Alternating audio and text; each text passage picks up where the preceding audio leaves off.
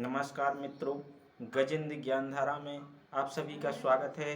आज हम अलंकार की श्रृंखला में शब्द अलंकार के पांचवा भेद वीप्सा अलंकार और पुनरुक्ति छठवां भेद पुनरुक्ति अलंकार और सातवां भेद पुनरुक्ति वदाभास अलंकार अर्थात अर्थ अलंकार शब्द अलंकार के सभी भेदों को पूरा करेंगे।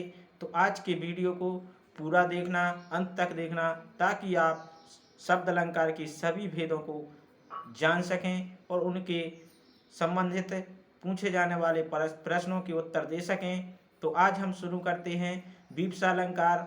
4 पार्ट हमने पहले देख लिए हैं। 4 अलंकार शब्द अलंकार के अनुप्रास, यमक, श्लेष और वक्रोक्ति हम पहले समझ चुके हैं।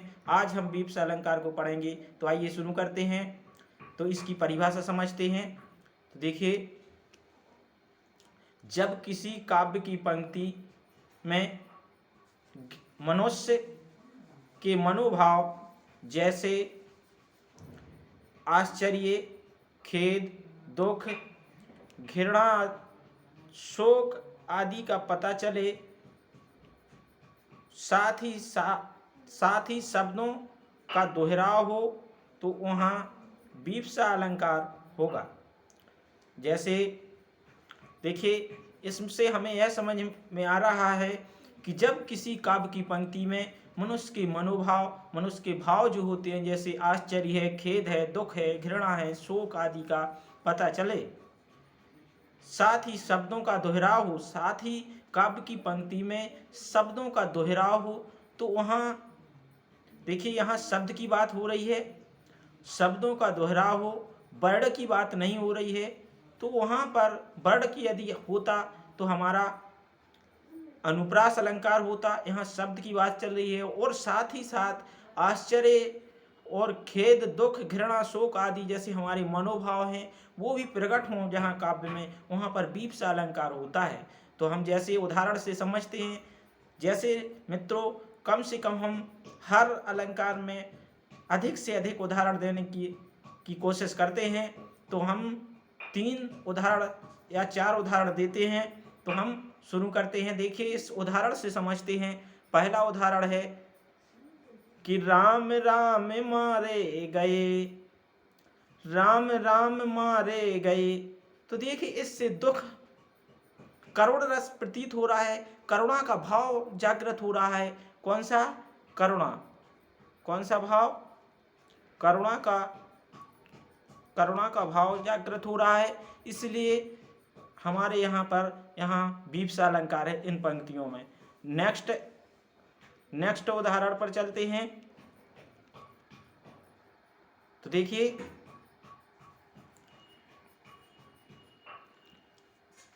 जिसमें दिया है राम राधा मन मोह मोह मोहन मयी भई। तो देखिए, यहाँ पर भी प्रसन्नता और खुशी के भाव प्रकट हो रहे हैं। तो राधा मन मोहि मोहि मोहन मयी भई। तो देखिए, यहाँ पर भी 2 बार बाणों शब्दों का दोहराव है, इसलिए यहाँ पर हमारा वीप्सा अलंकार होगा। तो देखिए, हम एक और उदाहरण समझ लेते हैं कि मधुर मधुर मेरे दीपक जल। तो देखिए, यहाँ पर हमें फिर से एक उदाहरण मिला, उसमें भी यहाँ मधुर भाव, जो हमारे हृदय का जो भाव है, प्रसन्नता या खुशी का, वह प्रकट हो रहा है और शब्दों की पुनरावृत्ति हो रही है। देखिए, मधुर मधुर 2 बार आया है, इसलिए यहाँ पर वीप्सा अलंकार होगा। नेक्स्ट उदाहरण से भी हम समझ लेते हैं कि रीझ रीझ रहस रहस हंसी हंसी उठे। तो देखिए, हमारे कवि घनानंद की ये पंक्तियां हैं। तो देखिए, किस प्रकार से रीझ रीझ रहसी रहसी हंस हंस उठे। यहाँ पर भी शब्दों का दोहराव हो रहा है। रीझ रीझ रहस्य रहस्य हंसी हंसी उठे। तो इस प्रकार से यहाँ पर भी हमारा कौन सा अलंकार होगा? हमारा इन पंक्तियों में वीप्सा अलंकार होगा। कौन सा? वीप्सा। तो इस प्रकार से समझा। हमने कि वीप्सा अलंकार किसे कहते हैं। अब हम इसी के साथ साथ शब्द अलंकार का जो छठवां भेद है वो उसको भी समझ लेते हैं। 6 नंबर पे है पुनरुक्ति अलंकार। देखिए हमने अभी एक जो अलंकार पढ़ा वो था हमारा वीप्सा अलंकार। वीप्सा में शब्दों का दोहराव होता है, लेकिन उसके साथ साथ हमारे मनुष्य के मनोभाव प्रकट होते हैं उसमें।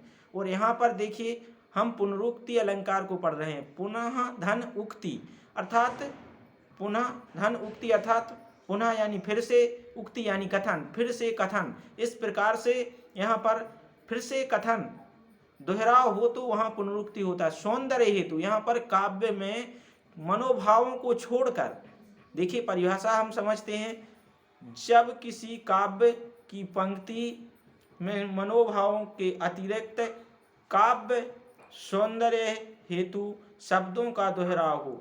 किसके लिए? काव्य का सौंदर्य हेतु शब्दों का दोहराव हो तो वहाँ पुनरुक्ति अलंकार होगा। जैसे देखिए समझ में आया, केवल काव्य के सौंदर्य हेतु शब्दों का दोहराव हो, यहाँ मनोभाव प्रकट नहीं हो रहा है। तो देखिए हम समझते हैं काव्य में सुंदरता लाने के लिए यहाँ पर शब्दों का दोहराव हो रहा है, इसलिए यहाँ पर वीप्सा पुनरुक्ति अलंकार है। तो हम उदाहरण समझते हैं कि मीठा मीठा रस टपकता है। देखिए मीठा मीठा एक शब्द 2 बार आया है और ये भी हमारे काव्य की सुंदरता और सौंदर्य को बढ़ाने के लिए आया है, इसलिए पुनरुक्ति अलंकार है। यानी फिर से कथन बार बार यानी 2 बार आ रहा है। पुनः धन उक्ति अर्थात फिर से कथन, तो इस प्रकार से यहाँ पुनरुक्ति अलंकार है। फिर हम और उदाहरण समझ लेते हैं ताकि हमारे लिए फिर किसी प्रकार की परीक्षाओं में गलती ना हो। देखिए यहाँ पर हम दूसरा उदाहरण समझते हैं। पुनि पुनि मोहि दिखाऊ कुंठाऊ। तो यहाँ पर भी देखिए पुनि पुनि 2 बार आया है, तो यहाँ पर भी वो भी काव्य की सुंदरता के लिए आया है, इसलिए यहाँ पर भी हमारा पुनरुक्ति अलंकार है। कौन सा अलंकार है? पुनरुक्ति अलंकार है।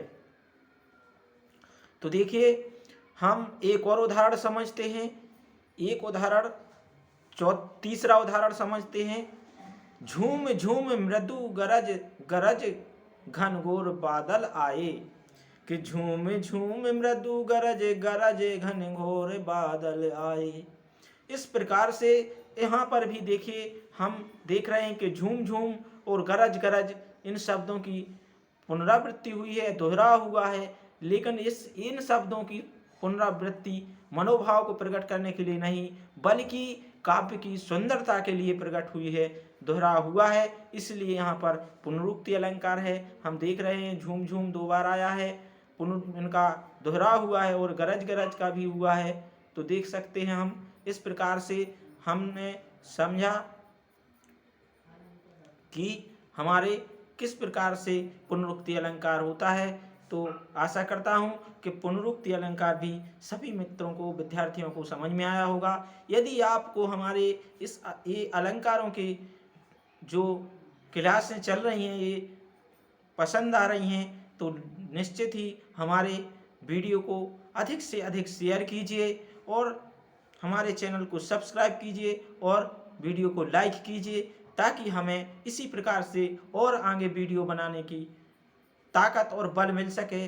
आप लोग आगे बने रहें, वीडियो को पूरा देखें, क्योंकि आज हम आगे यानी शब्द अलंकार के 7वां भेद समझा रहे हैं। तो हमने 6ठा भेद समझा, अब हम 7वां भेद समझते हैं इसी के साथ।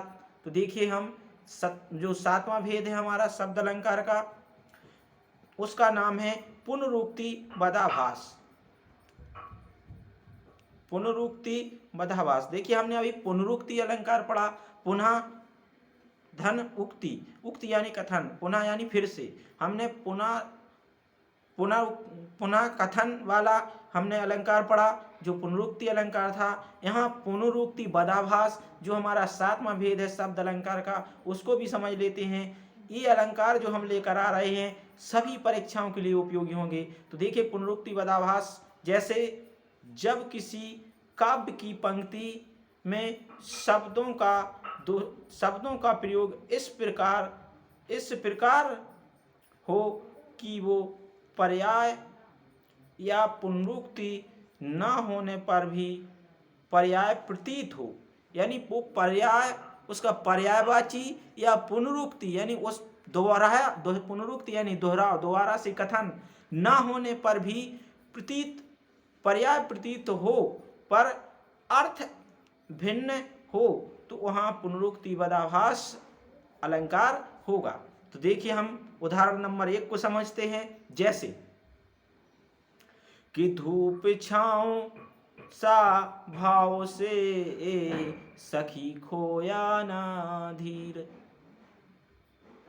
नहीं रहे बेपीर बे बने रहे बेपीर। तो देखिए पर्याय प्रतीत होने पर भी उसका अर्थ भिन्न हो, उसका अर्थ अलग हो, भिन्न हो, तो वहाँ हमारा पुनरुक्ति बदाभास होता है।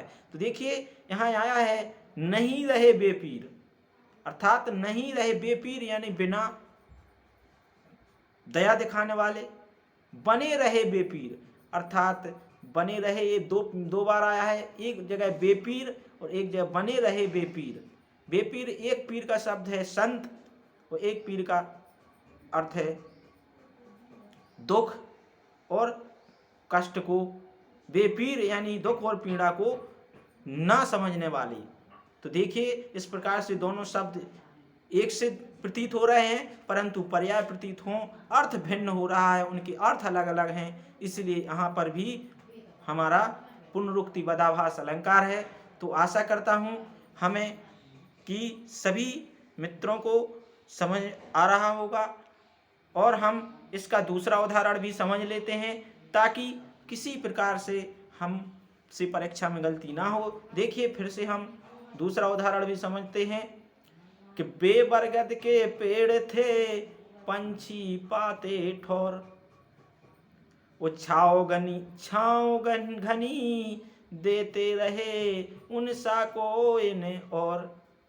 देखिए बेबरगद के पेड़ थे अर्थात बेबरगद के पेड़ थे, पंछी पाते ठोर, पंछी यानी पक्षी होता है, वे बरगद के समान थे और पंछी पाते ठोर, और पक्षी उन पर अपना जो स्थान बनाते थे, अपना आवास परिवेश बनाते थे। घाव छनी देते रहे उन साको इन ठोर, और घाव छनी देते रहे अर्थात हम दूसरा अर्थ यदि इसका लें तो हम समझ सकते हैं अपने से जो बड़े थे उनके लिए समझ सकते हैं, जो हमारे लिए हमेशा ताकत और बल देते रहे उन साको इन और, अर्थात उनकी प्रेरणा हमारे लिए आज और है। इस प्रकार से हमने दोनों का एक दूसरे का पर्याय ना होते हुए भी हमें प्रतीत हो रहा था, लेकिन दोनों के अर्थ अलग अलग थे, इसलिए यहाँ पर हमारा पुनरुक्ति बदाभास अलंकार था। हम इसी के साथ साथ हम ये भी समझ लेते हैं कि अलंकारों में अंतर, हमने जो अलंकार पढ़े हैं यदि हम उनके अंतर को समझ लें तो निश्चित है कि हमसे अलंकार में किसी प्रकार की गलती नहीं होगी। तो देखिए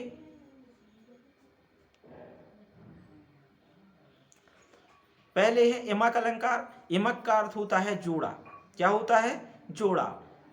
और दूसरा है हमारा श्लेष। श्लेष का अर्थ होता है चिपकना, यानी एक के साथ दूसरा अर्थ, दो अर्थ होना चाहिए। और तीसरा अर्थ है, तीसरा अलंकार है हमारा वक्रोक्ति। इनमें गलतियां होती हैं तो हम इनके अंतर को समझते हैं। वक्रोक्ति, वक्रधन उक्ति, वक्र यानी टेढ़ा, उक्ति यानी कथन। शब्दों के दो अर्थ होना ही पर्याय नहीं, दूसरे व्यक्ति द्वारा दूसरा अर्थ कल्पित किया जाना चाहिए। इस प्रकार से शब्द की आवृत्ति एक से अधिक बार हो और अर्थ भी अलग हो, वहाँ यमक अलंकार होता है। जैसे देखिए हम उदाहरण भी समझेंगे। तो देखिए किस प्रकार से यहाँ पर हमने अभी समझा कि वक्रोक्ति में दो अर्थ होना पर्याय नहीं, दूसरे व्यक्ति द्वारा दूसरा अर्थ कल्पित किया जाना चाहिए, ये वक्रोक्ति होता है। वो एक शब्द के कम से कम दो अर्थ होना चाहिए, उसे हम श्लेष कहते हैं। और यमक यानी जोड़ा, देखिए शब्द की आवृत्ति एक से अधिक बार हो और अर्थ भी अलग अलग हों, तो वहाँ पर हमारा होगा यमक अलंकार। कौन सा? यमक अलंकार। अब थोड़ा हम इसी के साथ में हम इन तीनों अलंकारों के उदाहरण भी समझ लेते हैं, ताकि हमें समझने में बहुत आसानी हो। तो देखिए,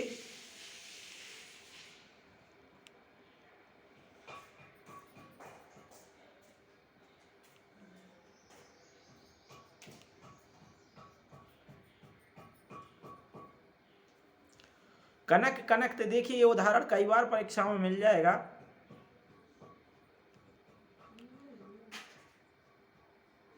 कनक कनक ते सौगुनी मांदक ताधिकाय, या खाए बोराय जग वो पाए बोराय। तो ये देखिए उदाहरण आप लोगों ने सुना होगा। यहाँ भी देखिए कनक कनक ते यानी शब्द दो बार आया है कम से कम, लेकिन उनके दोनों बार अर्थ अलग अलग हैं, इसलिए यहाँ पर यमक अलंकार है। हम दूसरा उदाहरण भी समझ लेते हैं यमक अलंकार का। सारंग ले सारंग चली, देखिए कितना अच्छा उदाहरण है। सारंग ले सारंग चली, सारंग पुंगो आए। तो देखिए यहाँ पर, और सारंग ले सारंग धरियो, और सारंग सारंग माय। तो इस प्रकार से कितनी बार सारंग आया है और उनके अर्थ अलग अलग हैं, तो यहाँ पर यमक अलंकार है। तो देखिए पहले एक सारंग आया, सारंग यानी मेघ होता है, क्या होता है? मेघ। दूसरा सारंग, सारंग ले यानी बदली है, सारंग ले मेघ यानी पहले सारंग का अर्थ मेघ लेंगे, और पहले एक सारंग का अर्थ लेंगे हम, पहले सारंग का अर्थ लेंगे सुंदरी। क्या लेंगे? सुंदरी लेंगे। देखिए हम यहां समझ रहे हैं सारंग, इस सारंग का अर्थ सुंदरी। सारंग ले सारंग चली, अर्थात एक महिला सुंदरी सारंग चली, ले सारंग चली, अर्थात एक घड़ा लेकर चली। वो सारंग पुंगो आए, तो एक सारंग अर्थात मेघ, मेघ लेकर सारंग चली, मेघ मेघ सारंग पुंगो आए, अर्थात मेघ आए, लेकर आए। और फिर मेघ, दूसरा फिर सारंग ले सारंग धरो, यानी सारंग फिर शब्द आया है,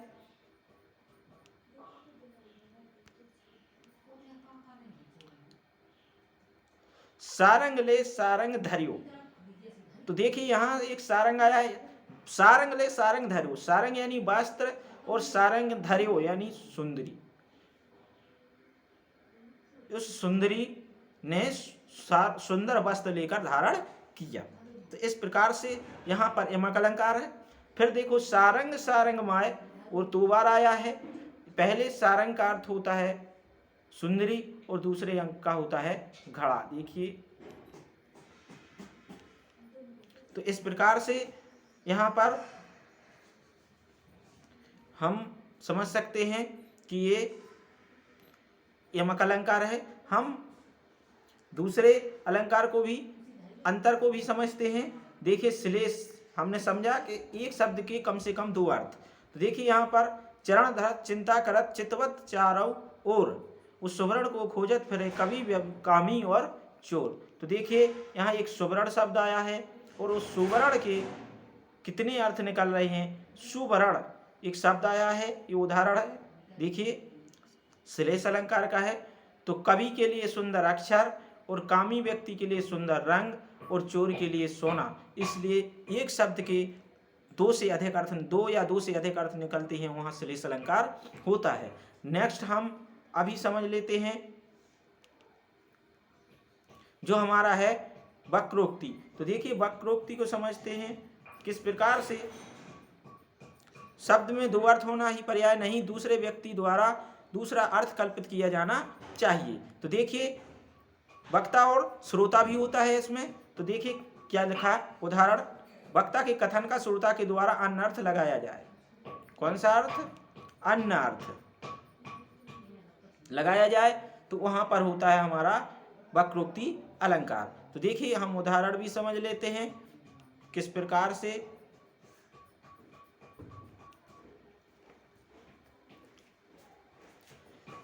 कौन द्वार पर हरि में राधे, तो उन्होंने कहा हरि में राधे।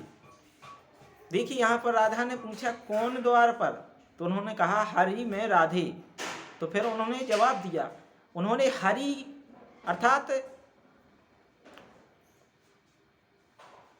श्री श्याम ना समझ करके, श्याम अर्थ ना लेकर के, कृष्ण अर्थ ना लेकर के उन्होंने हरि का दूसरा अर्थ कल्पित किया और उन्होंने कहा क्या बानर का काम यहाँ, तो उन्होंने बानर से ले लिया, इसलिए यहाँ पर वक्रोक्ति अलंकार है। तो आशा करता हूँ सभी की समझ में आया होगा। हम अगली क्लास में हम अर्थ अलंकार को पढ़ेंगे और अर्थ अलंकार के भेदों को समझेंगे और अर्थ अलंकार के अंतर्गत आने वाले एक एक अलंकार को हम लेकर आएंगे, तो सभी को उपयोगी सिद्ध होंगे।